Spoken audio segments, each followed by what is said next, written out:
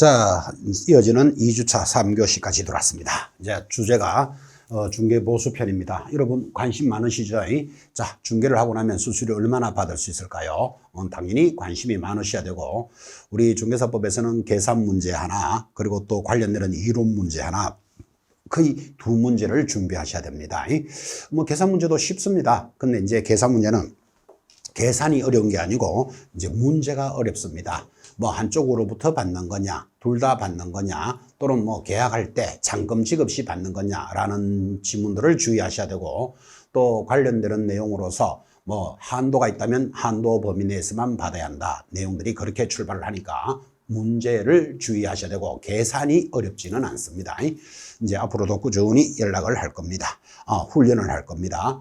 그리고 여러분 알다시피 5억짜리 또는 10억짜리 아파트를 하나 샀다, 팔았다, 매매하면 수수료 얼마일까요? 궁금해야 되죠. 또 임대를 했다, 전세는 또 얼마일까요? 라는 내용이 출발을 합니다. 자, 중개보수해서 중개보수의 뜻이 무엇입니까? 뭐 너무나 당연하지만 중개보수는 개공사의 중개행위 완성에 대한 반대급부적인 성격에 해당하는 것이다. 뭐 가벼운 말이죠. 이 말입니다. 물건을 파는 자, 매도인, 갑이 있고 사는 사람, 을이 있습니다. 여기 개공사가 중개를 해서 계약이 이루어지면 반대급부적으로 수수료를 받는다. 지금 이런 이야기죠. 예전에는 중개수수료라고 불렀습니다. 수수료라는 말 여러분 많이 안면이 있죠. 근데 요거를 이제 살짝 중개보수다 이렇게 용어를 바꿨으니까 뭐 보수나 수수료는 같은 말이죠. 자, 그리고 2번 중개보수 청구권, 이제 여기서부터 이론 문제가 출발을 합니다. 자, 그러면 보수를 받을 수 있는 권리는 언제 발생하느냐? 발생 시기 중개계약 시 발생합니다. 자, 이때 중개보수 청구권은 중개의뢰인과 개공사 간의 보수에 관한 약정이 없더라도 중개의뢰 계약의 체결에 의해서 발생하는데, 따라서 중개보수 청구권은 중개계약 시 발생한다. 요거 중요합니다. 중개계약 아까 공부하셨죠? 하나 사주세요, 팔아주세요가 있어야만 청구권이 발생을 합니다. 그때 우리 판례는 이 중개보수 청구권은 중개완성 전이라도 양도가 가능하고 압류와 전부명령의 대상이 될 수 있다. 가볍게 정리하시고, 자, 그러면 이제 발생을 했으면 이 보수를 받아야 되죠. 그래서 보수 청구권의 행사 시기는 중개가 완성이 되어야 한다. 지극히 당연한 이야기죠. 계약이 체결이 되어야만 보수를 받을 수 있다. 중개 완성. 3번 청구권의 소멸입니다. 아주 중요합니다. 자, 그러면 이렇게 받을 수 있는 보수 청구권 권리가 어떻게 하면 없어지나요? 하니까 가장 중요한 말, 개공사의 고의 또는 과실이 반드시 들어가야 됩니다. 개공사의 고의 과실로 인하여 이 계약이 무효되거나 취소되거나 해제가 되면 소멸합니다. 그래서 계약이 성립됐더라도 개공사 사정으로 계약이 파기가 되면 소멸되는데, 이 말을 잘 들어보면 당사자들 사정으로 계약이 파기되더라도 소멸하지 않습니다. 그래서 반드시 뭐가 있어야 된다? 개공사의 고의 과실이라는 표현이 있어야 된다 해서 이론 가볍게 보셨습니다. 자, 이제 보수의 범위와 한도에 대해서 출발을 합니다.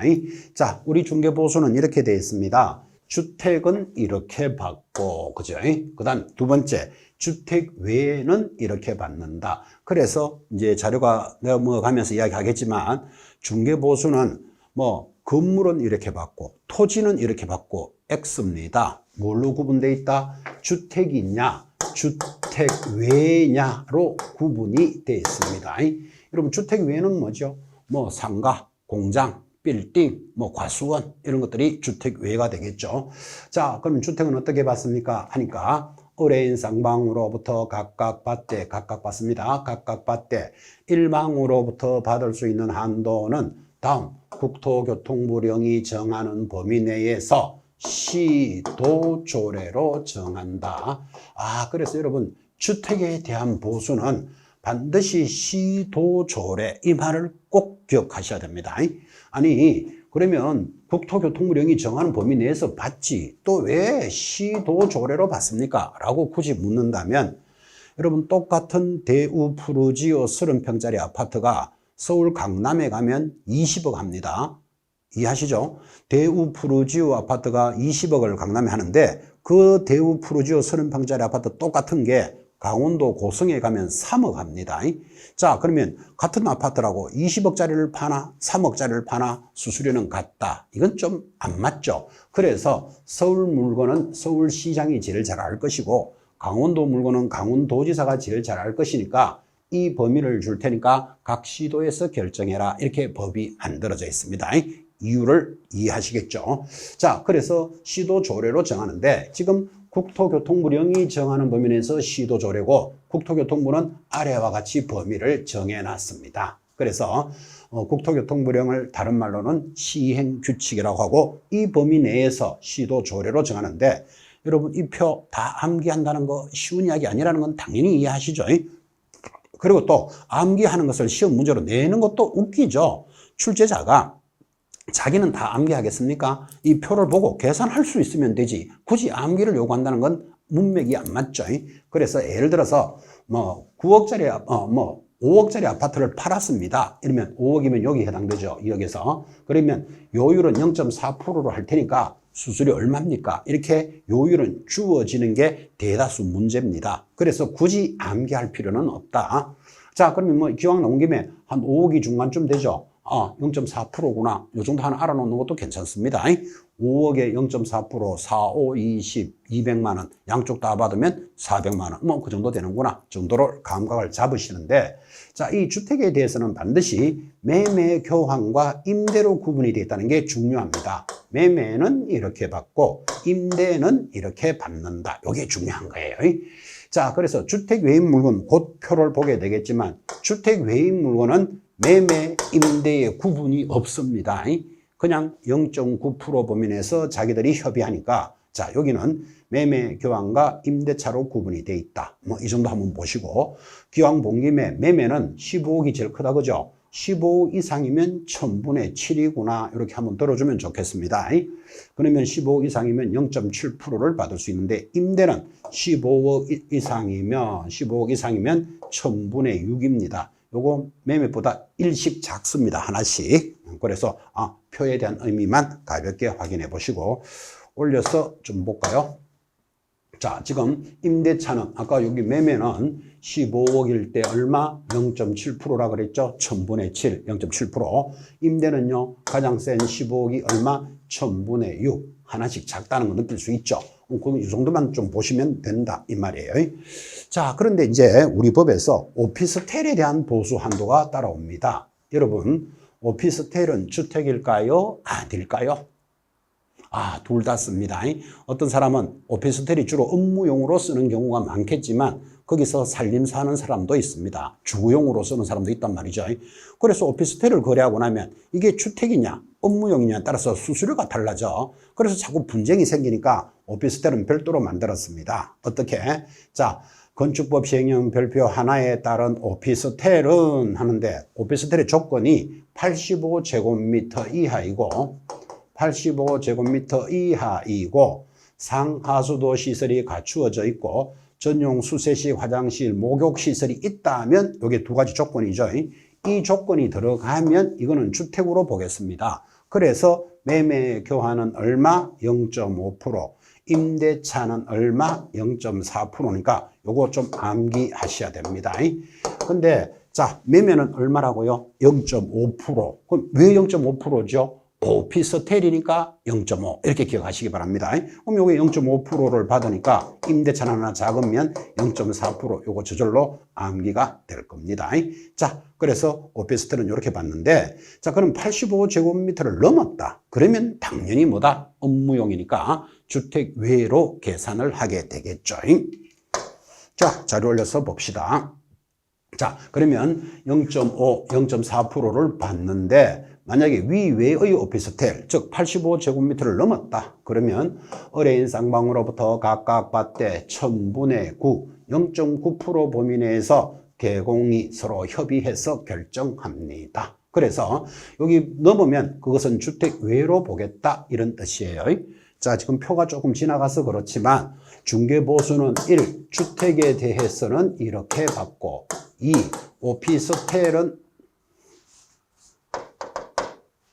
오피스텔은 이렇게 받고 지금 나왔습니다. 3번 주택 외인 물건은 이렇게 받는다. 그리고 이렇게 구분이 되어 있습니다.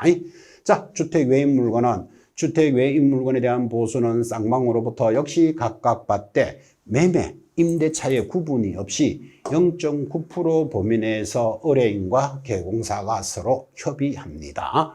자, 그럼 0.9% 범위 내에서 서로 협의하라 그러니까 공장 사장님이 자, 우리 공장을 10억에 좀 팔아주시오. 이렇게 의뢰를 했습니다. 그러면 개공사, 알겠소. 하고 열심히 일하겠죠.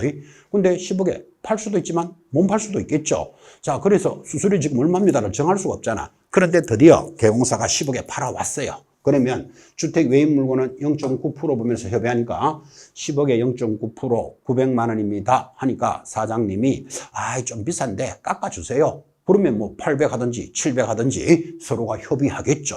그래서 0.9% 범위 내에서 개공사와 서로 협의해서 결정합니다. 자, 그러니까 이 사장님 입장에서는 저 개공사가 이 공장을 팔아주면 수수료 얼마를 받아야 할지를 모르잖아요. 그래서 이런 게 들어오죠. 개공사는 주택 외인 물건에 대해서는 0.9% 범위 내에서 실제 자기가 받고자 하는 중개보수 상한 요율을 보수와 실비의 요율 및 한도액표에 명시하여야 하며 이를 초과하여 받아서는 아니 된다. 이런 조문이 들어옵니다. 그래서 여러분들 중개사무소에 가보면 1번 주택에 대해서는 아까 표 보셨죠. 시도 조례로 정하니까 서울시 조례 또는 경기도 조례 표가 있을 겁니다. 그 다음 오피스텔은 이렇게 받는다. 아까 법조문 보셨죠? 있고 그 다음 주택 외인 물건은 나는 주택 외에는 몇 프로를 받겠습니다. 라고 수수료표에 명시하여야 한다. 이 말이에요. 그죠? 자, 그래서 왜 이렇게 만드는가 하면 옆집이 0.9%를 받겠다. 그러면 나는 경쟁하기 위해서 나 0.8% 받겠소. 이렇게 적어도 되는데 0.8%를 적어놓고 법대로 0.9% 받으면 초과 금품으로 하겠다라는 내용이니까 지금 현장에 나가보면 보나 마나 개공사들은 전부 까만 매직으로 얼마 적어놨습니까? 0.9%를 명시하고 있습니다.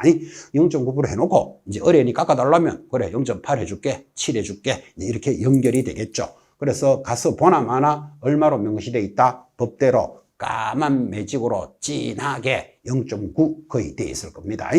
자, 그래서 보수는 주택은 아까 표를 보셨죠? 표대로 해야 되고 오피스텔 방금 조문 보셨고 주택 외인 물건은 매매 교환에 관계없이 0.9% 범위 내에서 일어나는데 이렇게 명시화하여야 한다라고 배웠는데도 불구하고 만약에 지금 중개사무소 표에 이렇게 안 돼 있으면 개공사가 위반을 하는 거거나 아니면 예전에 중개표를 붙여놓고 영업하는 겁니다. 요 세 가지 개념을 잘 익히시고 이제 천천히 시험 때까지 따라갈 겁니다. 자, 이어지는 단어는 이제 금액의 산정이라 하여 중개보수를 계산하는 공식입니다. 자리 올려봅시다. 자, 4번 금액의 산정해서 매매는 어떻게 합니까? 매매 금액을 기준으로 합니다. 아까 살짝 보셨죠? 5억이다. 그러면 5억 곱하기 시험 칠 때 0.4%로 하자. 줄 거니까 0.4 계산하면 4, 5, 20 매매 대금을 기준으로 해서 양쪽으로 받으면 400만 원이다. 이렇게 기준을 잡습니다. 자, 교환이 일어납니다. 교환은 고액 큰 것을 기준으로 하는데 보충금은 포함하지 않습니다. 뭐 이렇게 할까요? 3억짜리 전원주택이 있고 그리고 5억짜리 아파트가 있다고 칩시다. 자, 시골에 있는 전원주택인 사람은 도시 가서 살고 싶습니다. 도시에 있는 사람은 전원주택 하나 갖고 싶겠죠. 자, 그럼 우리 이거 두 개를 서로 교환하자 그럽니다. 팔면서 사고 팔면서 사는 게 교환이니까 이렇게 교환이 일어나면 수수료 어떻게 받느냐? 3억 더하기 5억 8억으로 계산한다. X 두 개를 나누어 가지고 8억의 평균 4억으로 계산한다. X 다 문제 나왔던 거예요. 뭐를 기준으로 한다? 큰 것을 기준으로 한다. 그럼 큰 것이 뭐다? 5억으로 계산하라 이 말이에요. 그러면 3억짜리와 5억짜리를 교환할 때는 1대1로 3억, 5억을 바꿀 수는 없죠. 그러니까 3억 가지가 있는 사람은 보충금을 2억을 지급하겠죠. 이때 보충금은 수수료 계산하지 않는다. 지금 그 말이에요. 그 보충금 수수료 계산하지 않으니까 한마디로 큰 것을 기준으로 한다. 그러면 정리됐고. 자, 임대차 시험에 잘 나옵니다. 임대차는 임대차 보증금이 기준입니다. 5억짜리 아파트에 내가 2억으로 세를 삽니다. 그때 5억짜리 아파트라고 5억으로 계산하는 게 아니고 2억으로 계산한다 그 말이에요. 만약에 월세가 있다면 월세는 보증금 더하기 월세 곱하기 100으로 계산합니다. 단 가액이 5천만 원 미만이면 70을 곱하는데 이때 권리금은 포함하지 않는다. 이거 한번 연습해 봐야 됩니다. 자그마한 물건이겠죠. 보증금 1,000만 원에 월세가 30만 원이다. 그리고 2년 계약했다. 이거 수수료 계산하시오 하면 자, 보증금 1,000만 원 더하기 월세 얼마? 30만 원 곱하기 무조건 100 해라 이 말이에요. 그래서 기간 이런 것들은 들어오면 전부 함정입니다. 권리금 계산하지 않습니다. 뭐 입주 여비 뭐 이런 거 다 계산하지 않습니다. 보증금 더하기 월세 곱하기 100으로 하는데 자, 이렇게 하니까 30만 원 곱하기 100 3,000 합이 4,000이죠. 5,000이 안 되네. 안 되면 한 번 더 해라. 30만 원 곱하기 70 하니까 37은 21 얼마로 계산한다? 3,100만 원으로 계산해라. 지금 이야기죠. 자, 그래서 월세 곱하기 70인데 분양권 거래도 잘 들어옵니다. 분양권은 어떻게 받습니까? 실제 납입액, 자기가 낸 돈, 계약금, 중도금이 있겠죠. 거기다가 프리미엄을 합산하는데 이거를 분양권은 총 금액에다가 이렇게 출제돼요. X의 실제 납입액에다가 프리미엄을 합산합니다.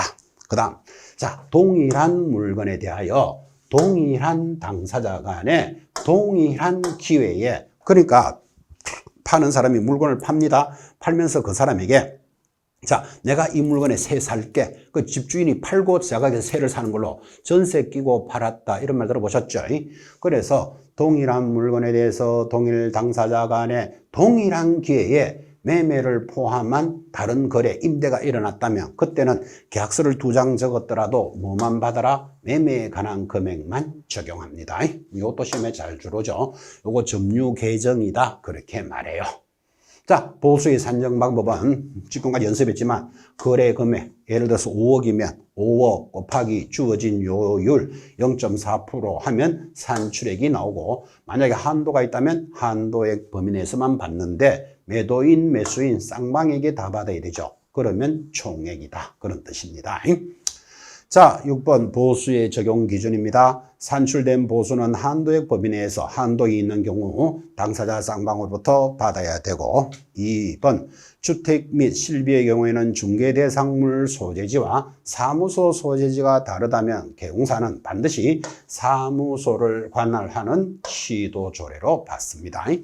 여러분, 중개사무소가 서울 강남에 있고 경기도 수원에 있는 아파트를 거래했습니다. 자, 그러면 사무소는 서울에 있고 물건은 경기도에 있으면 어느 시도 조례를 따릅니까? 하면 사무소 소재지 시도 조례. 아주 중요한 기준입니다. 자, 다시 자료를 올려서 그 다음 2번 주택과 실비는 어디를 따라간다? 사무소 소재지 시도 조례고, 자, 바로 밑에 분사무소는 그러면 어디를 따라가느냐? 서울 강남에 주된 사무소가 있고 지점은 수원에 있다고 칩시다. 그러면 분사무소 소재지 시도 조례죠. 아, 요거 재밌습니다. 분사무소에 관련되는 것은 모두 주된 사무소를 따라가는데 중개보수만 분사무소 소재지 시도 조례죠. 요거 하나 특별히 좀 잘 보실 것. 자, 그런데 개공사는 중개보수만 받는 게 아니고 실비도 받을 수 있습니다. 근데 현장에서 뭐 실비는 큰 의미는 없죠. 실비가 뭡니까? 하니까 두 종류가 있습니다. 자, 실비의 두 종류. 첫 번째, 중개대상물의 확인에 소요되는 비용. 중개대상물의 확인이는 이런 뜻이겠죠. 물건을 파는 자 갑이 있고요. 사는 사람 을이 있습니다. 여기 개공사가 중개를 해서 계약이 이루어지면 중개보수 수수료를 받는데, 자, 이렇게 계약이 이루어지려면 이 물건에 대해서 확인을 해봐야 되겠죠.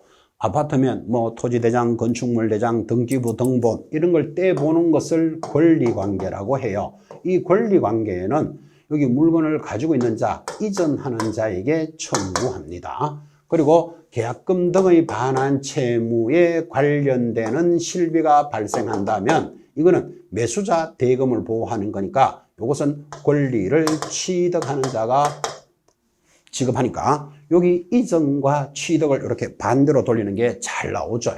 자, 확인.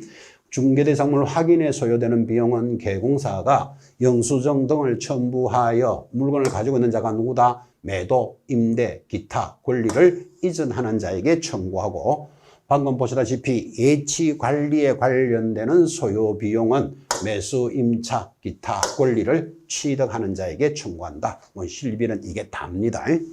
근데 이게 현실적이지 못하죠. 여러분 5억짜리 아파트 팔면 중개 보수 받으면 감지덕지지, 이거 아파트로서 권리관계, 토지대장, 등기부등본, 건축물대장 떼는 거 3,500원 주세요 이렇게 실비 청구하는 경우가 거의 없죠.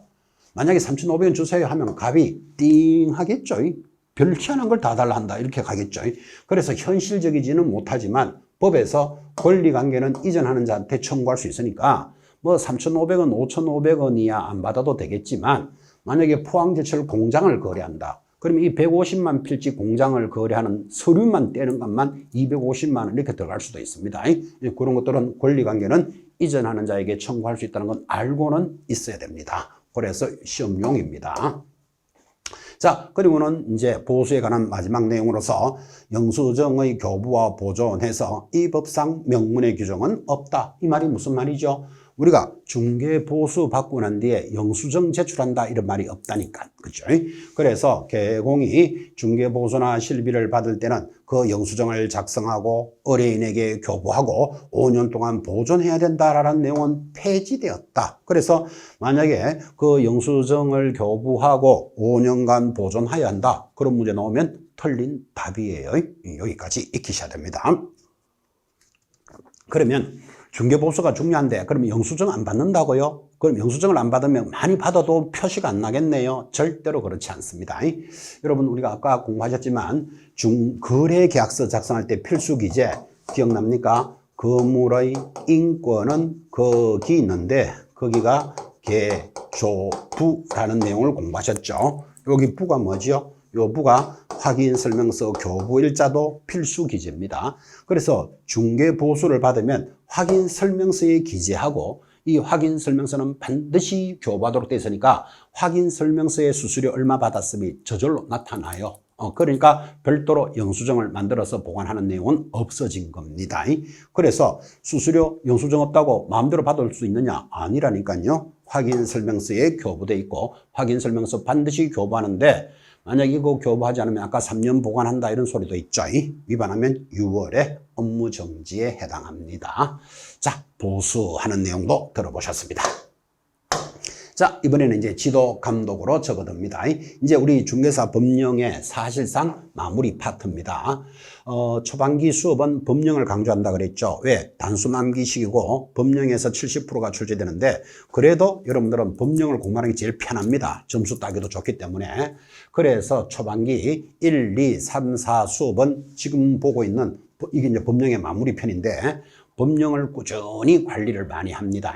그리고 이제 5, 6월 달에 접어들면 이제 실무에서도 점수가 들어오기 때문에 그때쯤 되면 여러분 다른 과목, 민법, 개론, 공법, 등기 등의 다른 과목들도 서서히 실력이 올라오고 있죠. 그때는 이제 실무를 좀 더 치우쳐서 수업을 하게 됩니다.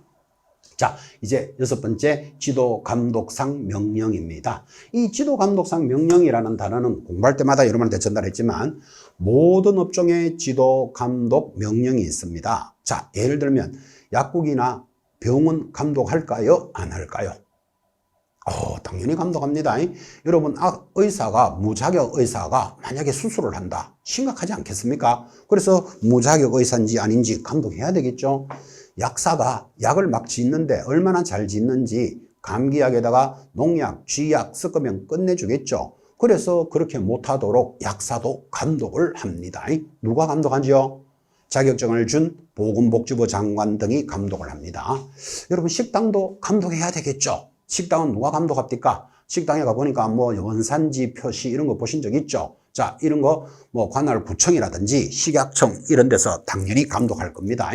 그러니까 모든 업종에는 감독이 있다 이 말이에요. 여러분이 공부하시는 학원도 감독합니다. 누가 감독합니까? 학원이나 학교는 교육청에서 감독한다. 들어보셨죠? 지금은 이제 교육청이라 안 그러고 교육지원청 뭐 이렇게 이제 용어는 바뀌었지만 어쨌든 감독기관이 있죠. 자, 그러면 지금 우리는 식당을 하거나 약국 병원을 할 사람이 아니니까 개공을 감독하고 명령하는 사람은 누구냐? 요거는 좀 비교적 중요하죠. 자, 이 시간 한번 익혀 놓으시기 바랍니다. 내가 중개업을 하게 되면 나를 감독하는 자. 첫째, 국토장관입니다.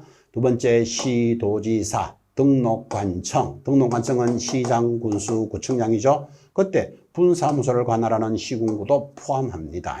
자, 이렇게 되니까 감독관청이 모두 몇 개? 4개네요. 문제 내기 좋다. 그죠? 여기다가 중개협회 이런 거 하나 턱 붙여놓고 감독 대상인 것은 아닌 것은 이렇게 물어 들어옵니다. 감독 대상 잘 보시기 바랍니다. 여러분들이 감독 대상을 지금 4개, 국토장관, 시도지사, 그리고 등록관청, 분사무소를 관할하는 시군구를 포함한다. 4개를 전달했는데 이해가 됐는지 물어봅시다. 여러분이 서울특별시에 가면 강남이 있습니다. 강남구에 역삼동 이런 데도 있어요. 자, 그럼 역삼동에서 중개사무소를 만들었다고 칩시다. 자, 그럼 이 중개사무소를 감독할 수 있는 자가 누굽니까? 대답해 보시기 바랍니다. 중개사무소가 어디 있다고요? 서울특별시 강남구 역삼동에다가 중개업을 합니다. 감독할 수 있는 자. 첫째 누구? 국토장관 감독할 수 있죠. 그 다음 시도지사인데 여기서는 서울시장이 감독할 수 있다. 이렇게 대답해야 되죠. 서울시장. 그 다음 등록관청. 등록관청이 지금 강남구청장이죠. 강남구청장도 감독할 수 있다를 익히셔야 됩니다. 그래서 개공사를 감독할 수 있는 기관 정리하시고, 자, 이 지도 감독의 상대방입니다. 첫째, 개공사 감독할 수 있습니다. 두 번째, 거래정보사업자. 세 번째, 등록을 하지 아니하고 중개업을 하는 자. 우리말로 하면 한마디로 무등록업자죠. 이 무등록업자를 예전에는 무허가업자라 그랬습니다. 여러분, 무등록이나 무허가업자를 감독 못한다. 그거 웃기는 이야기예요. 그래서 감독 대상, 개공사, 그리고 거래정보사업자, 무등록업자를 대상으로 하는데, 자, 여기서 여러분들 보시다시피 소공사 감독할 수 있다. 이런 거 그러면 틀리잖아. 그죠? 중개보조원 감독할 수 있다. 중개보조원 있습니까? 없습니까? 없잖아요. 이 중개보조원이나 소공사들은 고용인 직원이니까 개공사가 감독을 하지 국토장관 등이 감독하는 게 아니라는 뜻이에요. 그래서 누가 누구를 감독할 수 있다까지 정리했습니다. 이 정도는 익혀내야 됩니다. 자, 자료를 올려서 자, 그럼 감독의 사유 보겠습니다. 자, 감독의 사유, 부동산 투기 등 거래 동향을 파악할 때 감독할 수 있습니다. 자, 이 지역이 투기가 막 일어나고 있습니다. 그래서 감독자들이 나가서 감독합니다. 또 이 법에 대한 위법 행위를 확인해서, 자, 위반 행위를 확인하면 뭐 합니까? 자격을 취소하거나 자격을 정지하거나 등록을 취소하거나 업무 정지, 한마디로 취소나 정지죠. 우리는 이것을 뭐라고 부른다? 행정처분이라 그래요. 행정처분할 때 감독할 수 있으니까 감독 사유는 하면 거행한다. 이렇게 기억을 합니다. 거행한다. 그가 뭐죠? 거래 동향을 파악할 때 행정처분상 감독할 수 있습니다. 자, 감독하는 방법 가볍지만 업무에 관한 사항을 보고하게 하거나, 자, 무슨 자료를 제출하시오 이렇게 보고하게 하거나, 자료를 제출하거나 기타 필요한 명령도 할 수 있고, 또 소속 공무원으로 하여금 사무소, 무등록 개공사를 포함합니다.